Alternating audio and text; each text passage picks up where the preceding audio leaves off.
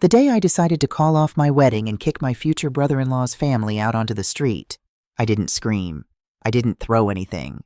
I just stood in the middle of my living room, staring at a massive sticky puddle of spilled red wine soaking into my custom cream-colored rug, and realized something that I think takes some of us a lifetime to learn.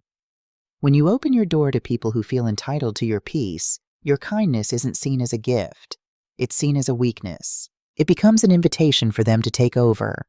If you've ever built a sanctuary for yourself, you know exactly what I mean. I'm 28 years old and I bought my house entirely on my own. It isn't a sprawling mansion, just a beautiful, historic 3-bedroom craftsman in a quiet, leafy suburb in Ohio. But to me, it was my entire world. I work as an interior designer, and I poured every ounce of my savings, my late nights, and my weekends into that house. I stripped the century-old hardwood floors by hand. I spent months tracking down the perfect antique brass fixtures. I had a small studio room bathed in morning light where I kept my grandmother's solid oak drafting table. That house was the physical proof that my hard work meant something. It was my safe haven. Then came Liam. Liam was 30, charming, kind, and exactly the kind of man I thought I wanted to build a life with. We had been engaged for 6 months, and our wedding was practically around the corner. Liam was wonderful in almost every way, but he had one massive, glaring blind spot: his family. To Liam, family was a magic word that excused any bad behavior, any boundary crossed, and any disrespect. I should have seen the red flags earlier, but love has a funny way of making you put on blinders. The nightmare actually started on a rainy Tuesday evening with a phone call. We were sitting on my couch eating takeout when Liam's phone buzzed. It was his older brother, Marcus. I could hear Marcus's voice through the receiver, frantic and loud. Liam's face went pale. He hung up, looked at me with this devastated puppy dog expression, and dropped the bomb. "Marcus and Jessica lost their house," he said, his voice shaking. "The landlord sold the property out from under them. They have nowhere to go. They need to stay with us." Let me give you a little context about Marcus and his wife, Jessica. Marcus is 35, carries himself like he's the CEO of a Fortune 500 company, but jumps from one mysterious business venture to another. Jessica, who is 33, is the kind of woman who will look you up and down, compliment your shoes, and somehow make it sound like an insult. She was always dripping in designer labels, constantly posting on social media about her luxury vacations, and always playing the victim if she didn't get her way. "Liam," I said slowly, trying to keep my voice steady, "I'm so sorry they're in a tough spot. But my house, it's not really set up for another couple to just move in." "It's just for 2 months, Chloe," Liam pleaded, taking my hands. "Just 60 days. They're family. My mom is terrified they're going to end up in a motel. Please. I know it's your house, but as my future wife, I'm begging you to help my family." There it was, the guilt trip wrapped in the promise of our future together. I wanted to be a good partner. I wanted his mother, Martha, to see me as the supportive daughter-in-law. Against every screaming instinct in my gut, I agreed. 2 months, 60 days. That was the firm boundary. That weekend, they arrived. I had expected them to bring a few suitcases, maybe some essentials while they put the rest of their lives in a storage unit. Instead, a massive moving truck backed into my driveway, crushing my newly planted hydrangeas in the process. Marcus hopped out, not even apologizing for the tire tracks in the flower bed, while Jessica emerged from the passenger seat holding a tiny, shivering designer dog I had expressly said they couldn't bring. "Oh, Chloe, thank you so much," Jessica sighed, breezing past me through the front door without wiping her boots. She stopped in the center of my meticulously curated living room, looked around, and gave a tight, condescending smile. "It's so quaint, very cozy. We'll make it work for a few weeks, I suppose." I swallowed the lump of irritation in my throat. I had cleared out the best guest room for them, bought fresh linens, and made space in the pantry. I thought that if I was overwhelmingly gracious, they would be overwhelmingly grateful. I was so incredibly naive. The erosion of my boundaries didn't happen with a massive explosion. It happened exactly the way water destroys a foundation, slowly, quietly, and persistently, until the structure is completely compromised. It started in the kitchen. I am very particular about my kitchen. I love to cook, and I had organized my spices, my pans, and my coffee station in a way that made my chaotic mornings peaceful. On their third day there, I came downstairs at 6 a.m. to make my coffee before work. I reached for my favorite mug, a heavy, handcrafted ceramic piece I bought on a trip to Sedona. It wasn't on its hook. I opened the cabinets and froze. Everything had been rearranged. My ceramic mugs were shoved to the very back of the top shelf, completely out of reach. In their place at the front were 6 garish, neon-colored plastic tumblers Jessica had unpacked from her boxes. My artisanal coffee beans were gone, replaced by a massive generic tub of cheap ground coffee. Jessica padded into the kitchen in her silk robe, looking perfectly refreshed. "Morning, sweetie," she chirped. "Jessica," I said, trying to keep my tone neutral. "Did you move my things?" She waved a hand dismissively. "Oh yes, I hope you don't mind. The way you had it set up just didn't make any sense for our morning routine. Marcus needs his specific coffee, and I just couldn't reach your little mugs. This is so much more functional for everyone, don't you think?" Notice her phrasing, our morning routine, everyone, as if my routine in my own home was suddenly a secondary concern. "I prefer my things where they were," I said, stepping up to a stool to retrieve my mug. "Please don't reorganize my cabinets again." Jessica's eyes widened, filling with sudden dramatic tears. "I was just trying to help," she whispered, her voice trembling. "I'm trying to make us feel like a family, but I guess I'm just a burden." She turned and fled up the stairs. 10 minutes later, Liam came down, looking exhausted and frustrated. "Chloe, really? You made her cry over a coffee cup? They're going through a hard time. Can't you just let the little things go to keep the peace?" That was the phrase that would become the soundtrack to the next few weeks. Keep the peace. But I quickly realized that keeping the peace simply meant I had to swallow my discomfort so that Marcus and Jessica never had to experience any. By week 3, the little things were multiplying rapidly. I came home from a long day with a difficult client, looking forward to a hot shower and my nighttime skincare routine. I went into my master bathroom, the one room I had explicitly told them was off limits, as they had their own full bathroom attached to the guest suite. The air smelled strongly of Marcus's heavy cologne. My expensive imported night cream, a jar that cost me over $100 and was supposed to last 6 months, was sitting open on the counter, a huge scoop gouged out of it. My plush monogrammed towels were in a wet heap on the floor. I saw red. I marched downstairs and found Jessica draped over my velvet sofa, eating popcorn and dropping kernels onto the cushions. "Jessica, were you in my bathroom?" I demanded, my voice harder than it had ever been. She didn't even look up from her phone. "Oh, my shower pressure is just terrible in the guest room, and my skin was feeling so dry from the stress of the move. You have so much of that lotion, I figured you wouldn't mind sharing with your sister." "It's not lotion, it's a very expensive treatment, and that bathroom is private," I said, my hands shaking. "You cannot just take what isn't yours." Marcus walked into the room just in time to hear the end of it. He puffed out his chest, stepping between me and his wife. "Whoa, relax, Chloe. It's just some face cream. Don't be so stingy. I'll buy you a new bottle at the drugstore tomorrow if it's such a big deal. You're acting like we're strangers off the street." "You are guests in my home," I shot back. "And there are rules." "We're family," Marcus corrected, his voice dropping to a condescending boom. "And in this family, we share. Liam knows that. Maybe you need to learn it before you marry him." When Liam got home that night, I told him exactly what happened. I told him I felt disrespected, violated, and entirely uncomfortable in my own sanctuary. I expected him to finally stand up for me. I expected the man I was going to marry to put his foot down and protect the life we were trying to build. Instead, Liam sat on the edge of our bed, put his head in his hands, and sighed. "I talked to my mom today," he said quietly. "She said Marcus is really depressed about losing his house. She begged me to be patient with them. Chloe, please, it's only been 3 weeks. We only have 5 weeks left. I can't kick my own brother out. Just hide your expensive stuff, okay? I'll buy you a lock for the bathroom cabinet if it makes you feel better." He wanted me to put a padlock on my own bathroom cabinets in my own house, rather than tell his brother to respect me. That night, lying awake in the dark while Liam snored beside me, a cold, hard realization settled into my chest.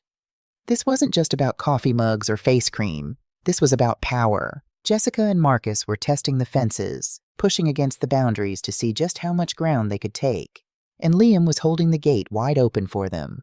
The 2-month mark was approaching, and despite Liam's promises, I saw absolutely no evidence that they were looking for a new place.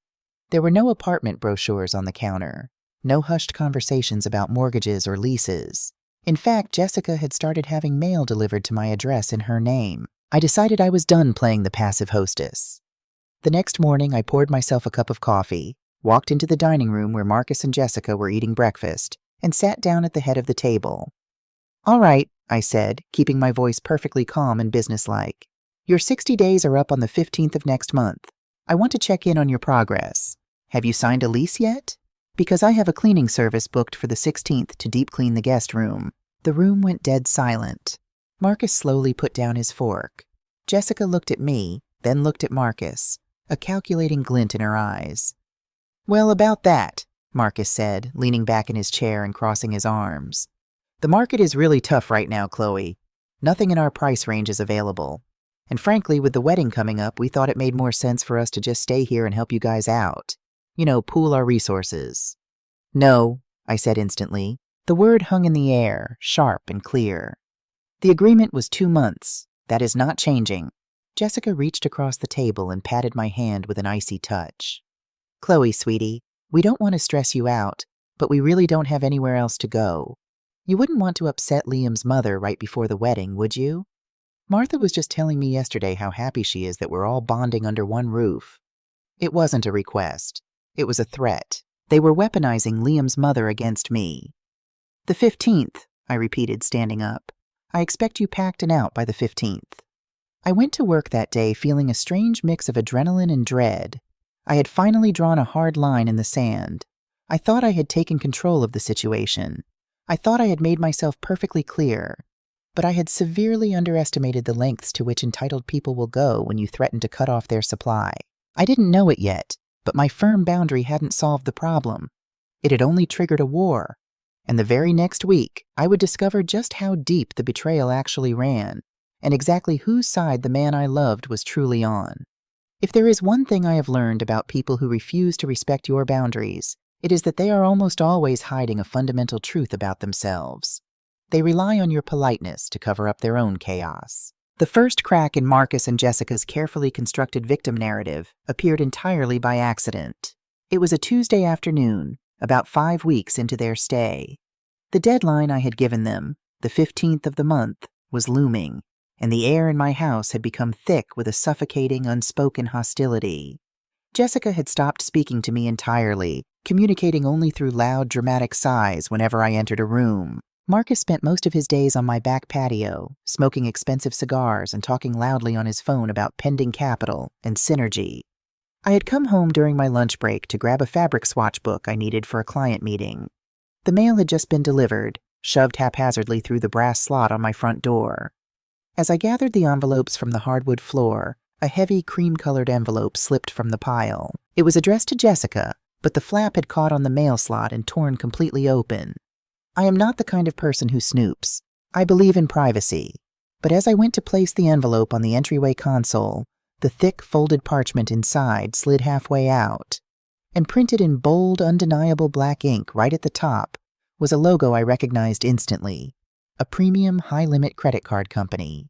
Beneath the logo was a balance that made my breath catch in my throat, $48,000. I stood there in the quiet of my hallway, the grandfather clock ticking steadily in the background, and stared at the numbers. My eyes scanned the itemized list of recent charges. There were no emergency medical bills. There were no desperate grocery runs or payments to debt collectors. Instead, I saw a $2,000 charge at a luxury boutique in Aspen. I saw a tab for $800 at a Michelin-starred steakhouse downtown, dated just a week before they moved into my house. There were recurring charges for a high-end country club, a cosmetic dermatology clinic, and a boutique dog grooming service for that shivering little terrier Jessica carried around. They hadn't lost their house because a ruthless landlord sold it out from under them. They hadn't fallen on hard times because of a bad economy. They were drowning in debt because they refused to live within their means. They had spent their way into an eviction, and now they were using my home, the home I scrubbed floors and worked 60-hour weeks to afford, as a free hotel so they could continue their delusion of grandeur. A cold, hard knot formed in my stomach. I carefully slid the statement back into the envelope, placed it on the console, and walked back out to my car. I didn't say a word about it that night. I needed to see what Liam knew. When Liam came to bed, I sat up, pulling the quilt around my shoulders. "Liam," I said quietly, "have Marcus and Jessica shown you any proof that they're looking for apartments? Any rental applications? Anything?" He rubbed his eyes, looking exhausted. "Chloe, please, not tonight. Marcus had a rough day. One of his investors backed out." "Did you know they owe nearly $50,000 on a single credit card?" I asked, my voice flat, devoid of any emotion. Liam froze. He didn't look at me. He just stared at the wall. "How do you know that?" "I saw a piece of mail that was torn open," I said. "Liam, they aren't victims of a bad landlord. They are bankrupting themselves on luxury dinners and designer clothes while living in my guest room for free. Did you know?" He finally turned to me, and the look of desperate pleading in his eyes made my stomach turn. "Chloe, you don't understand how Marcus operates. He has to maintain an image. In his line of work, if you don't look successful, people won't invest with you. It's a temporary cash flow problem." "An image?" I repeated, the absurdity of the word echoing in the quiet bedroom. "He is maintaining an image on my dime, in my house, and you are defending him." "He's my brother," Liam snapped, his voice rising in defensive anger. "You don't just abandon your family when they make financial mistakes. My mom would be devastated if she knew how judgmental you're being right now." That was the moment I realized I wasn't just fighting Marcus and Jessica. I was fighting an entire family system designed to protect the worst behavior, all wrapped up in the sacred cow of family loyalty. Liam wasn't a partner protecting our future. He was a human shield for his brother's ego. I turned off my bedside lamp. "The 15th, Liam," I whispered into the dark. "If they aren't gone by the 15th, I am calling the police and having them removed for trespassing." I thought the credit card discovery would be the worst of it. I thought I had seen the absolute bottom of their entitlement. But the universe has a funny way of showing you just how deeply a foundation has rotted before the house finally collapses. 2 days later, I was scheduled to go out of town for a weekend design conference in Chicago. It was a crucial networking event, one I had been looking forward to for months. I packed my bags on Friday morning, gave Liam a stiff, mechanical hug goodbye, and ignored Jessica, who was lounging on the sofa watching morning talk shows. "Have a lovely trip, sweetie," she called out, not taking her eyes off the television. "Don't worry about a thing here. We'll hold down the fort." I spent 3 days in Chicago. For 3 days, I breathed clean air. I slept in a hotel room where my expensive lotions weren't scooped out by greedy fingers. I drank coffee out of ceramic mugs that no one had hidden from me. For 3 days, I remembered what peace felt like. I took an earlier flight home on Sunday afternoon. I didn't text Liam that I was coming back early. I just wanted to get home, take a hot shower, and prepare myself for the final week before the 15th deadline. When I pulled my car into the driveway, I noticed 3 luxury SUVs parked along the curb. Music was thumping faintly through the walls of my house. I unlocked the front door and stepped into the foyer. The smell of expensive perfume, baked brie, and spilled champagne hit me like a physical blow. I walked into my living room and stopped dead in my tracks. There were at least a dozen women in my house. They were sitting on my velvet sofa, leaning against my kitchen island and laughing loudly. Jessica was standing at the head of my dining table, pouring mimosas into my crystal champagne flutes, the ones I had bought specifically for my upcoming wedding toast. "Oh, and the natural light in the mornings is just divine," Jessica was saying, gesturing dramatically toward my large bay windows. "We're thinking of tearing down that wall to open up the kitchen, but Marcus says we should wait until the spring." One of the women, a blonde dripping in gold jewelry, nodded approvingly. "It has so much potential, Jess. You really saved this place. It's so much better than your old townhouse." My blood turned to ice. She wasn't just hosting a party in my home without my permission. She was claiming it. She was erasing me from my own life, rewriting the narrative to her wealthy friends so she wouldn't have to admit she was sleeping in her younger brother-in-law's fiancé's spare bedroom. I dropped my heavy leather travel bag onto the hardwood floor. The loud thud echoed through the room, cutting through the chatter and the music. 12 pairs of eyes snapped toward me. Jessica's face drained of color. For a fraction of a second, I saw absolute panic in her eyes. But then, the mask slid flawlessly back into place. She forced a bright, brittle smile. "Chloe," she practically sang, her voice pitched unnaturally high. "You're back early. Ladies, this is Chloe. She's Liam's little girlfriend. She's been staying with us while she figures out her living situation." The sheer, unadulterated audacity of the lie actually left me speechless for a moment. I looked at the women who were giving me polite, slightly pitying smiles. Then I looked at Jessica. I didn't yell. Yelling is what crazy people do. Yelling gives them the power to call you hysterical. Instead, I walked slowly and deliberately across my living room, my heels clicking sharply against the wood. I walked right up to the dining table, picked up the bottle of expensive champagne she had bought with her maxed-out credit card, and poured the remainder of it straight down the sink drain. "Ladies," I sassy said, turning to face her guests. My voice was perfectly calm, lethal, and steady. "I am not Liam's little girlfriend. I am the sole owner of this property. Jessica and her husband were evicted from their rental due to massive credit card debt, and I allowed them to stay in my guest room so they wouldn't be homeless. But the charity ends today. I'm going to need you all to leave, now." The silence that followed was deafening. You could have heard a pin drop on the rug. The blonde woman slowly set her crystal flute down on the table, her eyes darting nervously between me and Jessica. Without a word, the women began grabbing their designer purses and filing toward the front door. Jessica stood frozen, her face flushed a dark, furious mottled red. As the front door clicked shut behind the last guest, she turned on me, her features twisting into an ugly sneer. "You selfish, arrogant little bitch," she hissed, dropping the sweet, victimized act completely. "You humiliated me. You purposely humiliated me in front of my friends. You humiliated yourself the moment you started lying about owning my house," I replied, grabbing my bag. "You have exactly 5 days until the 15th. Start packing." I didn't wait for her response. I turned and walked down the hallway, desperate for the quiet sanctuary of my design studio. I needed to sit at my grandmother's oak drafting table. I needed to touch the familiar wood, to ground myself in the space that was entirely, undeniably, mine. I reached the end of the hall and grabbed the brass doorknob to my studio. It didn't turn. I jiggled it. The handle was locked tight. Frowning, I reached into my purse and pulled out my heavy key ring. I slipped the brass key into the lock and tried to turn it. It wouldn't budge. The key didn't fit. I leaned closer, inspecting the hardware. The lock was entirely different. The antique brass fixture I had sourced from an architectural salvage yard in Boston was gone, replaced by a cheap, shiny, generic silver deadbolt from a hardware store. My heart began to pound a frantic rhythm against my ribs. I pounded my fist against the heavy wooden door. "Jessica!" I shouted, my composed facade finally cracking. "Jessica, what did you do to my door?" She sauntered down the hallway, her arms crossed, a look of smug, vindictive triumph on her face. "Oh, that. Well, since you're so particular about your precious space, Marcus and I decided we needed a designated area for our things. The guest room was getting too cramped. We had a locksmith come out yesterday. It's a playroom now. For the dog, mostly." "Where is my grandmother's desk?"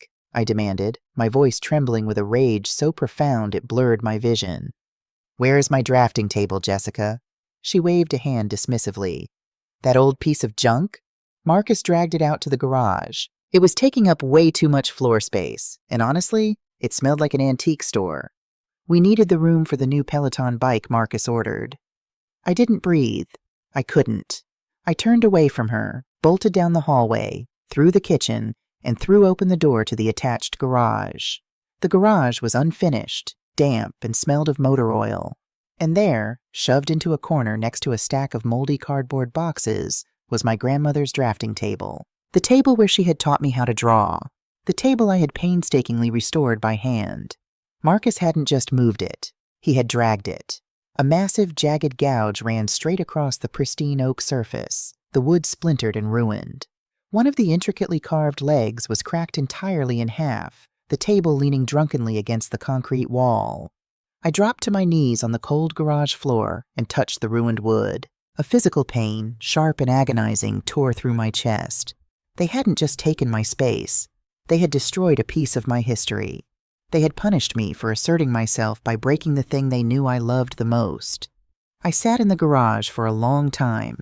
I didn't cry. Crying was for victims, and I was done being a victim. When I finally stood up, the last remnants of the girl who wanted to keep the peace were completely dead. I walked back into the house. Liam had just gotten home. He was standing in the kitchen, his tie loosened, looking frantically between the changed lock on my studio door and Jessica, who was sitting on the counter, pretending to file her nails. "Chloe," Liam breathed as I walked into the kitchen. He looked terrified. "Chloe, I just got home. I didn't know about the door. I swear to God I didn't know." "Get her out," I said, pointing a shaking finger at Jessica. "Get her out of my house right now, or I am calling the police and reporting a break-in and destruction of property." "You can't do that," Jessica snapped, hopping off the counter. "We have squatters' rights. We've been here over 30 days. You have to legally evict us, and that takes months. My lawyer friend told me all about it. You can't touch us." She was right. I knew she was right. The law, in all its bureaucratic cruelty, protected the parasites once they had attached themselves. I looked at Liam. "Did you hear her?" I asked, my voice terrifyingly calm. "She planned this. They never intended to leave. Now, Liam, I am asking you, as the man I am supposed to marry, what are you going to do about this?" Liam's face crumpled. He looked like a cornered animal. He looked at Jessica, then at the floor, and then slowly, he reached into his briefcase and pulled out a thick manila envelope. "Chloe," he whispered, his voice cracking. "Please sit down. There's something else." I didn't sit. "Tell me." He pulled a sheet of paper from the envelope. It was a bank statement. A statement for our joint wedding savings account. The account I had been pouring half my paycheck into for the last year to pay for the caterer, the venue, and the florist.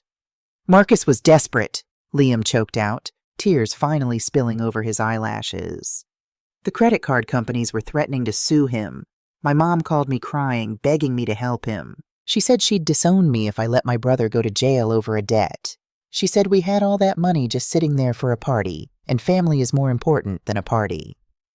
I snatched the paper from his hands. The balance, which should have been sitting at a comfortable $35,000, read $5,000. "You gave him $30,000, I stated. It wasn't a question. "It's a loan," Liam cried, reaching for my hands, but I recoiled as if he burned me. "He promised to pay it back with interest when his next venture takes off. Chloe, I had to. You don't know my mother. She would never forgive me. We can postpone the wedding. We can scale it down. Please, just try to understand." I looked at the man I had planned to spend the rest of my life with. I didn't see a partner. I saw a terrified little boy, so thoroughly manipulated by his toxic mother and his narcissistic brother that he was willing to steal from his future bride to fund their lies. He had taken the money I worked for, the money meant to celebrate our union, and handed it to the people who were actively destroying my sanctuary. "You stole from me," I whispered. "I protected my family," Liam shouted, the guilt finally morphing into defensive anger. "Money is just money, Chloe. Why are you always so obsessed with what belongs to who? We're supposed to be a team." I slowly folded the bank statement, perfectly in half, and then in quarters, pressing the creases sharply with my thumb. "You're right, Liam," I said, my voice dropping to a low, icy whisper that made him physically step back. "Money is just money, and family is family. But this," I gestured to the walls around us, to the ruined door, to the empty spaces where my peace used to reside. "This is a war, and you just chose the wrong side." I turned my back on him and walked upstairs to my master bedroom. I locked the door behind me. I didn't pack a bag. I didn't cry. I walked over to my laptop, opened a new tab, and typed in the name of the most ruthless real estate attorney in the state of Ohio. They thought they had won. Jessica thought changing a lock and citing squatters' rights made her untouchable. Liam thought stealing my money would force me into submission. But they had fundamentally misunderstood who they were dealing with. I wasn't just a polite girl with a nice house. I was the architect of my own life. And if they wanted to play games with property and contracts, I was going to teach them a masterclass in total, absolute devastation. The Thanksgiving holiday was exactly 2.5 weeks away, and I was going to serve them a dinner they would never, ever forget. There is a specific kind of silence that descends on a house when the war has officially begun, but the first shot hasn't been fired yet. It's not a peaceful silence. It is the heavy, suffocating quiet of a breath being held. The morning after I found out Liam had handed $30,000 of our wedding fund to his brother, I didn't wake up screaming. I didn't pack a bag and storm out. I didn't even mention the money. I woke up, put on a pot of coffee, and went about my morning routine as if nothing had happened. When Liam came downstairs, his eyes darting nervously, searching my face for signs of an explosion, I simply handed him a mug. "Morning," I said, my voice smooth and perfectly flat. He blinked, clearly entirely thrown off balance. "Chloe, about last night." "I don't want to talk about it right now, Liam," I interrupted softly, offering a tight, empty smile. "I need to get to work. We have a lot to do before Thanksgiving." And that was it. That was the beginning of my gray rock strategy. For the next 2 weeks, I became a ghost in my own home. I was unfailingly polite, completely emotionally detached, and gave them absolutely nothing to feed on. When Jessica made passive-aggressive comments about my cooking, I smiled and said, "I'll keep that in mind." When Marcus left his dirty boots on my expensive rugs, I quietly moved them to the mudroom without a word. To Liam, this sudden compliance was a massive relief. In his desperate conflict-avoidant mind, my silence meant I had accepted the situation. He thought I had gotten over it. He thought his mother's toxic logic had finally won me over. To Jessica, my silence was a surrender. She thought she had broken me. She began walking around the house with the confident swagger of a conqueror, completely unaware that she was actually walking through a minefield I was meticulously laying beneath her feet. 3 days after the fight, I took a half-day off work and drove downtown. I parked my car, took a deep breath, and walked into a high-end corporate law firm. I had spent hours researching the most aggressive, no-nonsense property attorneys in the city, and every search had pointed me to one specific man. I sat across from my attorney, an imposing, sharply dressed man named Robert, and slid a thick manila folder across his mahogany desk. "I have a squatter situation," I told him, keeping my posture straight and my voice steady. "They have been in my home for nearly 2 months. There is no lease. No rent has ever been paid. I am the sole owner on the deed, and I am not legally married to the man who invited them to stay." Robert opened the folder, reviewing the property records, my bank statements, and the photos I had taken of my ruined drafting table and the changed lock on my studio door. He was a man who clearly didn't waste time on pleasantries. "Standard protocol for unauthorized occupants in this state," Robert said, his deep voice carrying a tone of professional detachment, "requires a formal 30-day notice to quit, followed by an eviction filing if they refuse to leave. It can take months if they know how to play the system, and from the look of this changed lock, they intend to play the system." "I don't have months, Robert," I replied, leaning forward. "And I refuse to let them live in my home for another 30 days while they drag me through a court process. I need them out immediately, and I want it to be airtight." Robert leaned back in his leather chair, tapping a very expensive pen against his desk. He looked at me, really looked at me, and a slow, sharp smile spread across his face. "There is an alternative," he said smoothly. "It's aggressive, but entirely legal. We don't evict them as an individual homeowner. We transfer the deed of your property into a newly formed limited liability company, an LLC, of which you are the sole anonymous owner. Once the property is corporate-owned, the LLC can issue a zero-tolerance notice to vacate for trespass and destruction of corporate property. If they don't leave within the specified window, the LLC calls the sheriff, not Chloe, the exasperated fiancée." "Do it," I said without a second of hesitation. "Draft the paperwork. Form the LLC. I want the transfer complete before Thanksgiving." "It will cost you," he warned. "My fiancé just gave away $30,000 of my savings," I said coldly. "Consider this an investment in my sanity. Just make sure the notice is ready to be served when I give the signal." I left Robert's office feeling the first genuine spark of power I had felt in weeks. The trap was set. Now I just needed to let them walk right into it. When I got home that evening, the house smelled heavily of roasting meat and expensive wine. Jessica had taken it upon herself to start practicing for the massive Thanksgiving dinner she was planning. She had invited Liam's entire extended family, aunts, uncles, cousins, and of course Martha, the matriarch who had orchestrated this entire nightmare. I walked into the kitchen to grab a glass of water, and that was when I noticed it. On the far side of the dining room, sitting on the antique buffet table, there was an empty space. A beautiful, heavy crystal vase that my mother had given me for my 21st birthday, a piece worth several $100s, was gone. I frowned, walking over to the buffet. I checked the cabinets underneath. Nothing. I checked the living room shelves. Nothing. "Looking for something, sweetie?" Jessica asked, leaning against the kitchen counter with a glass of Pinot Noir in her hand. My mother's crystal vase, I said, keeping my face perfectly blank. It was right here. Jessica didn't even blink. Oh, that old thing? One of the cats knocked it over yesterday. It shattered everywhere. I had to throw it out. I'm so sorry, Chloe, but honestly, it was a bit dated anyway.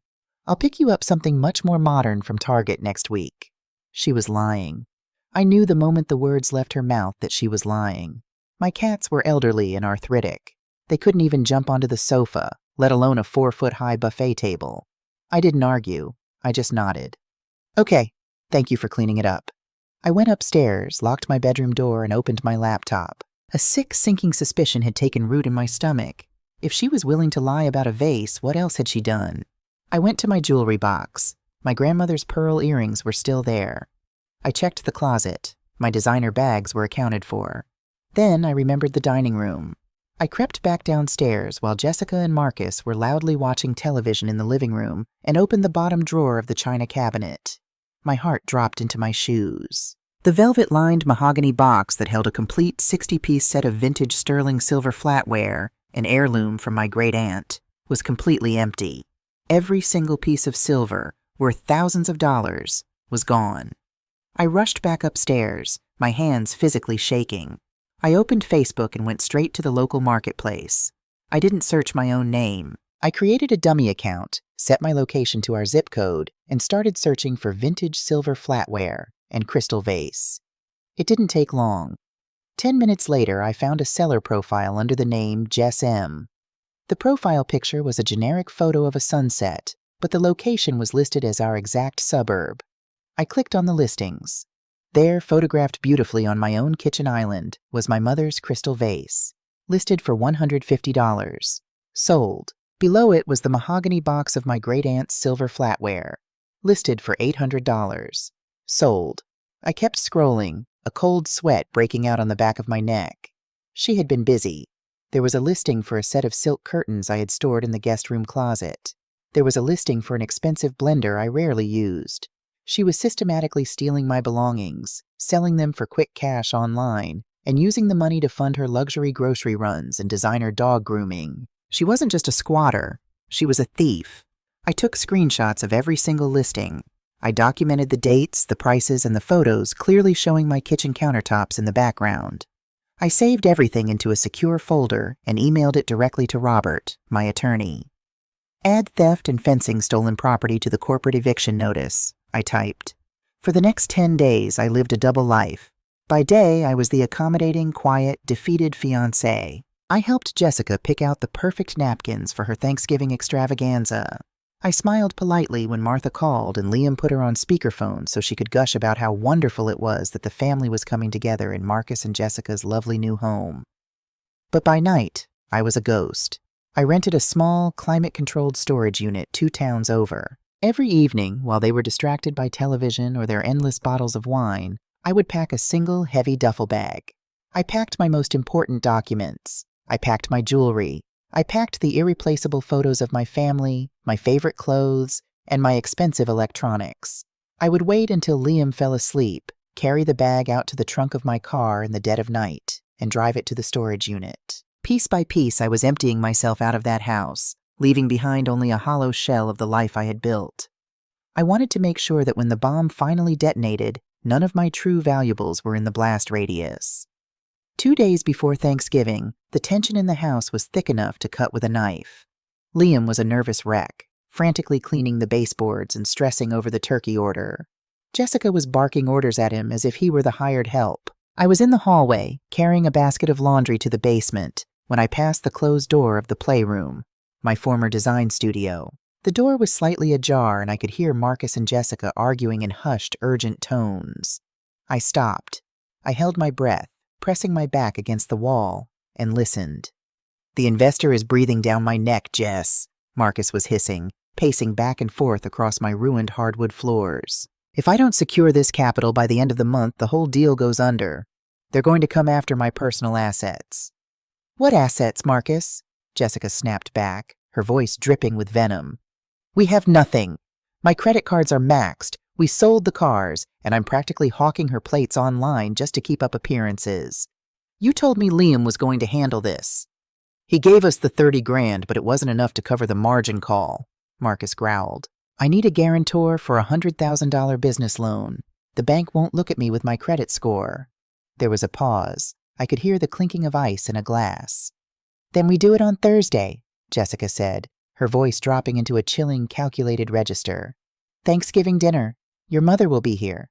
Liam can never say no to Martha. We get him a few drinks in. We get Martha to start crying about family unity and how hard we've had it. And we slide the guarantor paperwork in front of him. Jess, 100 grand? Liam doesn't make that kind of money. He doesn't have to, Jessica sneered. He's marrying the girl who owns this house. They're basically married already. The bank just needs collateral, Marcus. Liam signs the guarantee, and if you default, they just put a lien on this property. Chloe doesn't even have to know until it's too late. It's the perfect collateral.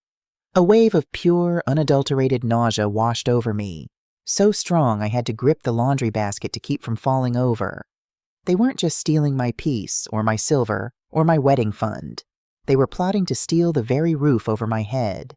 They were going to use Liam's pathetic, spineless loyalty to his family to trick him into putting a massive lien on the house I had broken my back to buy. And they were going to do it in my dining room while eating the food I paid for. I walked silently away from the door, carrying the laundry down to the basement. I didn't cry. The time for crying was long gone.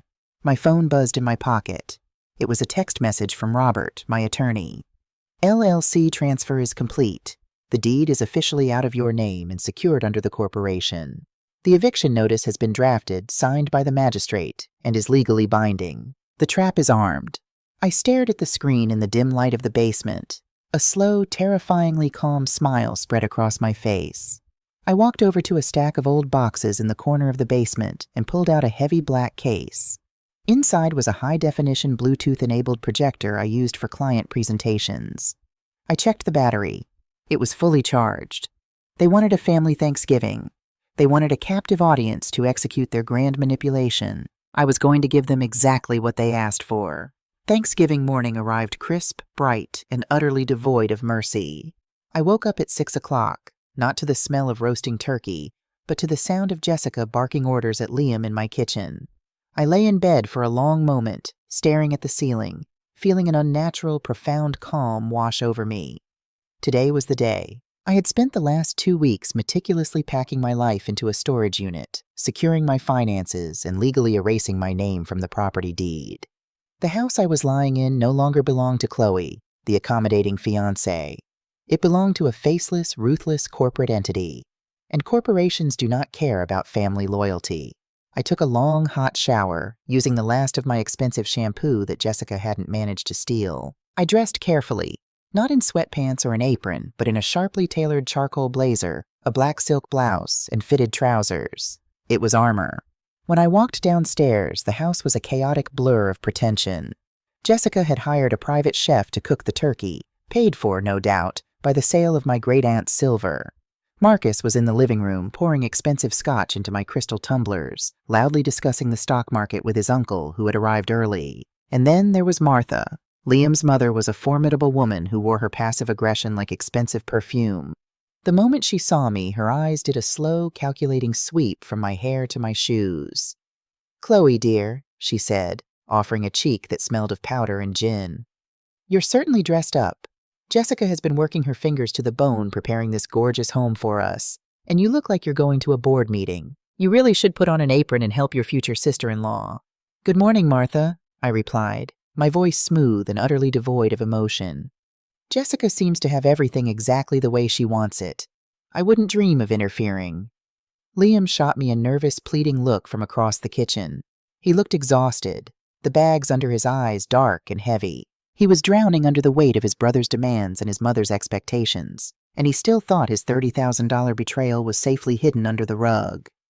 I didn't look back at him. I poured myself a cup of black coffee and retreated to the periphery, a silent observer in my own home. By 3 o'clock, the house was packed. Aunts, uncles, cousins, and family friends crowded into the living room. Jessica floated among them, a glass of champagne in hand, graciously accepting compliments on her beautiful house, her stunning bay windows, and her exquisite taste in decor. I watched her point out the architectural details I had spent months researching and restoring, claiming every ounce of my hard work as her own. At 4 o'clock, dinner was served. My dining room table had been extended to its maximum length. Because it was my house, and because I knew exactly what was about to happen, I didn't fight Jessica for the seat at the head of the table. I let her sit there, beaming like a queen presiding over her court. Marcus sat to her right, puffing his chest out. Liam and I were seated near the middle, directly across from Martha. For the first 45 minutes, the dinner was a masterclass in superficiality. Glasses clinked, the private chef's food was passed around, and Marcus held court, talking loudly about his imminent expansion into commercial real estate. Then the dessert plates were cleared, and the temperature in the room subtly shifted. I saw Jessica catch Marcus's eye. She gave him a microscopic nod. It was time. Marcus cleared his throat, tapping his spoon against his crystal water glass. The chatter around the table slowly died down. "If I could just have everyone's attention for a moment," Marcus began, standing up and placing a heavy hand on Liam's shoulder. "Thanksgiving is about family, and this year, Jess and I have realized just how deeply blessed we are to have a family that steps up when the chips are down. We've had a minor setback, as you all know, but we are on the precipice of something massive." Martha dabbed at her eyes with a linen napkin. "We are so proud of you, Marcus. You're so resilient." "We couldn't have done it without Liam," Jessica chimed in, her voice dripping with artificial sweetness. She reached under her chair and pulled out a thick leather-bound folder. "In fact, Liam, Marcus's new investors just need one final piece of paperwork to release the capital. It's just a formality, really, a guarantor signature." She slid the folder down the table. It stopped directly in front of Liam. Liam stared at it, the color draining completely from his face. "Marcus," he whispered, his voice cracking. "What is this? I already gave you everything I had. I gave you $30,000. A collective gasp rippled through the extended family. Martha's head snapped up. Even Marcus looked momentarily panicked that Liam had blurted out the amount in public. "Liam, keep your voice down," Marcus hissed, his jovial mask slipping. "That was a temporary loan. This is just a signature to secure the business line of credit. It's $100,000. The bank just needs collateral." "I don't have collateral," Liam choked out, his hands shaking. "I don't own anything worth $100,000. "You're about to," Jessica said smoothly, her eyes darting toward me. "You and Chloe are getting married in a few months. This house is a marital asset. The bank will accept the property as collateral with your signature as a cohabitant and future spouse. It's entirely standard, Liam. Chloe won't mind. Family helps family, right, Chloe?" The entire table turned to look at me. Martha leaned forward, her eyes narrowing. "It's just a signature, Chloe. You're marrying into this family. You should be honored to help Marcus get back on his feet." They had cornered him. They had waited until he was surrounded by his entire family, paralyzed by his mother's expectations, to force him to sign away my house. Liam looked at me, tears brimming in his eyes. His hand was actually trembling as he reached toward the pen sitting on top of the folder. He was going to do it. To appease his mother, to avoid a scene, he was going to try and mortgage my life. "Put the pen down, Liam," I said. My voice wasn't loud, but it cut through the dining room like a crack of a whip. I pushed my chair back and stood up. I didn't look at Liam. I didn't look at Martha. I looked dead at Jessica, who was staring back at me with a smirk of absolute untouchable arrogance. I reached into my blazer pocket and pulled out a small black remote. I pointed it at the high-definition projector I had hidden on top of the china cabinet earlier that afternoon, aimed directly at the blank, cream-colored wall behind Jessica's head. I pressed the button. With a soft hum, the wall lit up. The projector screen was 10 feet wide, impossible to ignore. "Since we are talking about transparency and family investments," I said, my voice echoing in the dead silence of the room, "I think everyone here should understand exactly what kind of business Marcus and Jessica are running." I clicked the next button on the remote. The first slide appeared. It was a blown-up, crystal-clear image of Jessica's credit card statement. The massive, bold red letters at the top screamed, "Outstanding balance, $48,450. Below it, the itemized list of luxury vacations, Michelin-starred dinners, and designer shopping sprees was legible to everyone in the room. "Marcus didn't have a minor setback," I stated, pacing slowly down the length of the table. They were evicted because they blew $500,000 on luxury clothes and country club memberships while refusing to pay their rent. "Turn that off!" Marcus roared, his face turning a dangerous shade of purple. He lunged toward the projector, but he couldn't reach it on top of the tall cabinet. I clicked the remote again. The screen shifted.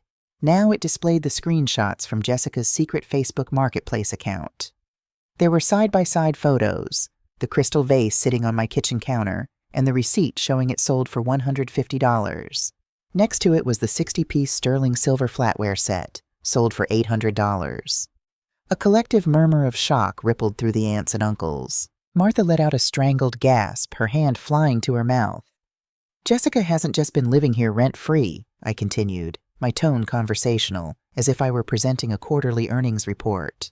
"She has been systematically stealing my family heirlooms and pawning them online to pay for her dog groomer. That is called fencing stolen property.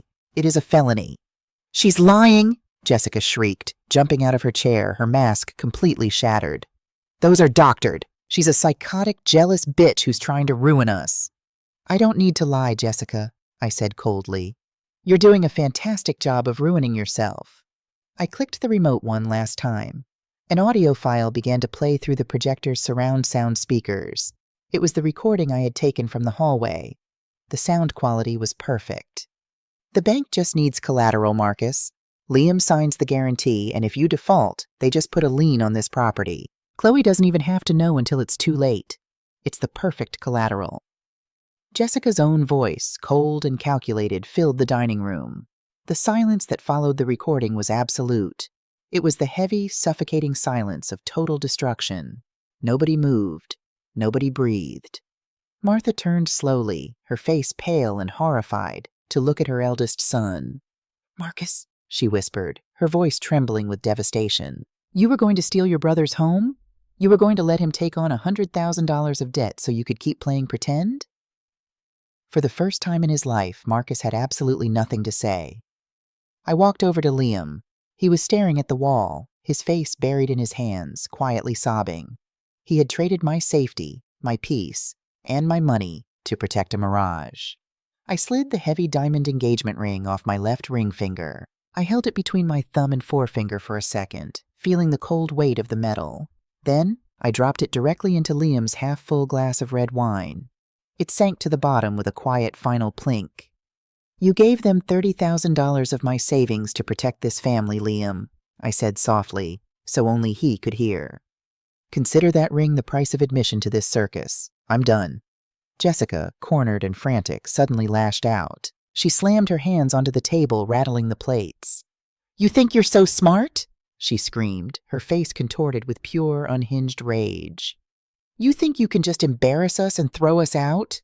We have rights. We've been here for 60 days.